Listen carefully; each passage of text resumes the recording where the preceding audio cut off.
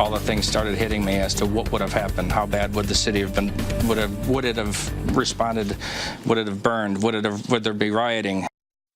A split-second decision, shoot or don't shoot. All new at 11, one Flint officer face-to-face with a teenager who is ready to pull his gun.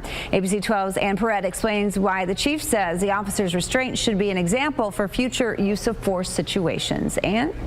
It was the last call of Officer John Boismier's day, and one he'll likely never forget. Had he reacted differently, one of them might not walked away, but he made sure they both did.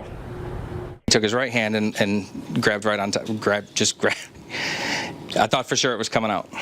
I thought for sure it was coming out. Officer John Boismier and the suspected gunman were standing just down the road from Potter Elementary School. Trying to protect the community, Boismier put his hand on his gun. It was definitely on the trigger, and there was not a lot of slack left. But he didn't rush it. He spoke to the guy, trying to get him to drop his weapon. Then backup arrived to help. His attention was taken off of me, and when he did so, I reached down and grabbed it myself and put him down on his knees. And as soon as I grabbed it out, I was able to feel that it was not a real firearm. And he found out the guy was a kid, just 14 years old. I was a little angry at that point, and not angry that he was 14, but angry at the position that he put me in and potentially could have caused some serious harm or death to himself. He just don't know how close he came to being shot and killed, but an officer would have definitely been justified.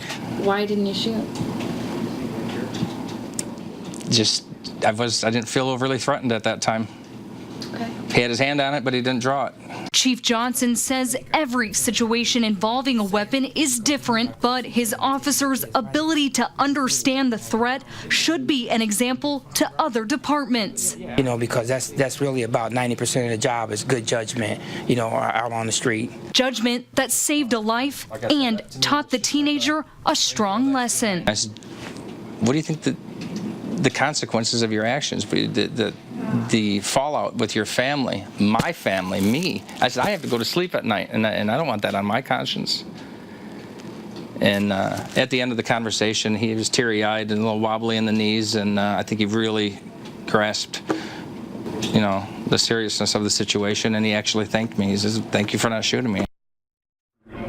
The chief tells me he hopes parents will be more careful when buying toys for their kids for the safety of the whole community. Live in the newsroom, I'm Ann Perrette, ABC 12 News.